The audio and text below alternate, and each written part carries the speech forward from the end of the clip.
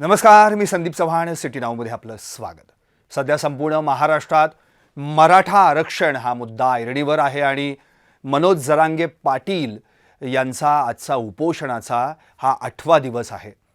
गेल्या 7 दिवसांमध्ये त्यांनी शांततेत आंदोलन करावं अशी भूमिका स्पष्ट केली होती, पण या आंदोलनाला कुठे ना कुठेतरी हिंसक वळण लागल्यानं आता संपूर्ण महाराष्ट्रात मराठा आरक्षणाचा मुद्दा पेटलेला आहे. आणि याच पार्श्वभूमीवर आज मुख्यमंत्र्यांनी सर्वपक्षीय बैठकीचं देखील आयोजन केलेलं आहे.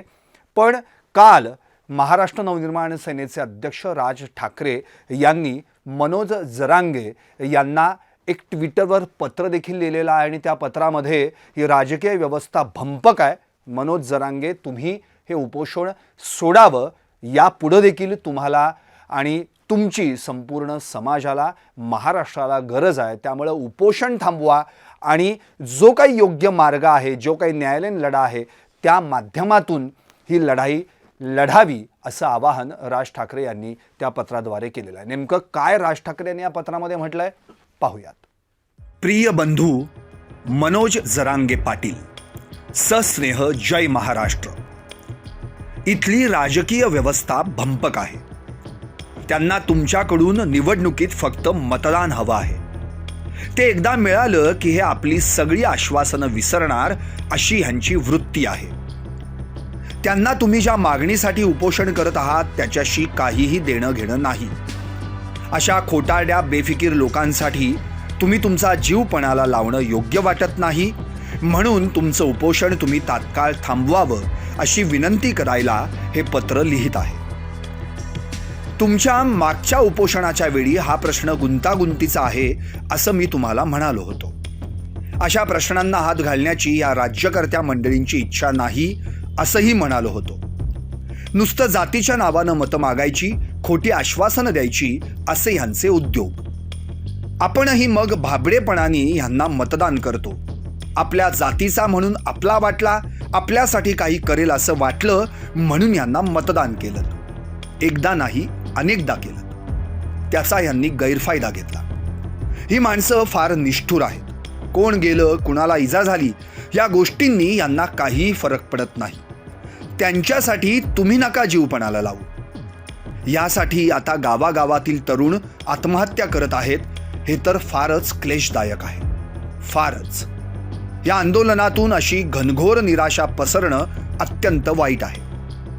तसंच याचा शेवट आपल्या समाजात विद्वेष पसरण्यात तर मुळीच व्हायला नको. कारण एकदा का ह्यानं ते टोक गाठलं की मग आपला छत्रपती शिवाजी महाराजांचं नाव घेण्याचा अधिकारच संपला.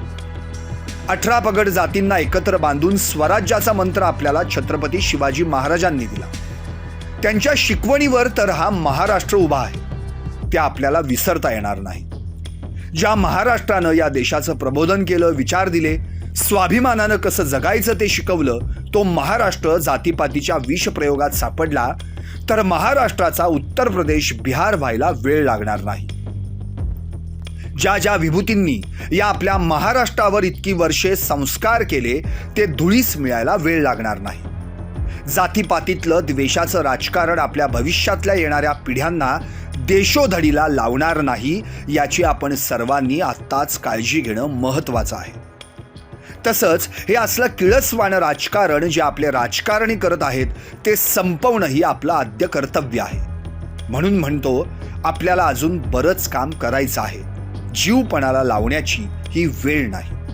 आपली आंतरवाली सराटीला भेट झाली तेव्हाच मी आपल्याला बोललो होतो की ज्यांना विकासाची फळं आपण चाखू दिली नाहीत त्यांना आपण आरक्षणाची संधी दिली पाहिजे. या संदर्भात आर्थिक निकषांवर आरक्षण असावं अशीच आमची अगदी पहिल्यापासून भूमिका आहे. आपल्या मुलामुलींना प्रगत शिक्षण, सन्मानजनक रोजगार उपलब्ध करून देणं अगदी सहज शक्य आहे. फक्त त्यासाठी जागरूक राहायला पाहिजे. आपण संस्था उभ्या करणार आणि त्यात बाहेरच्या राज्यातली मुलं शिकणार. आपण रोजगार निर्माण करणार आणि त्यावर परप्रांतीय हक्क दाखवणार. हे थांबवलं पाहिजे. या आपल्या शहरामध्ये नोकऱ्या कोणकोणत्या आणि कुठं आहेत हेही आपल्या महाराष्ट्रातल्या तरुणांना आणि तरुणींना माहीत नसतं. आपल्याला ह्या बाबतीत बरंच काम करायचं आहे. म्हणून आता उपोषण करून आपला जीव पणाला लावू नका. भूलथापा मारणारे, तो मी नव्हेच म्हणणारे हे सारे राजकीय पक्ष आहेत. त्यांना त्यांची जागा दाखवण्यासाठी आपल्याला निकराची लढाई लढावी लागणार आहे.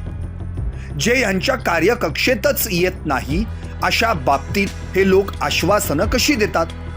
विरोधी पक्षात असताना तुमची मतं मिळावीत म्हणून आरक्षणाच्या वारेमाप थापा मारायच्या, आम्ही सत्तेवर येताच तात्काळ हा प्रश्न मार्गी लावू म्हणून खोटं बोलणार आणि सत्तेत तुम्ही बसवलं की कोण तुम्ही, कसलं आरक्षण म्हणून पुन्हा हेच उद्धटासारखे तुम्हाला विचारणार.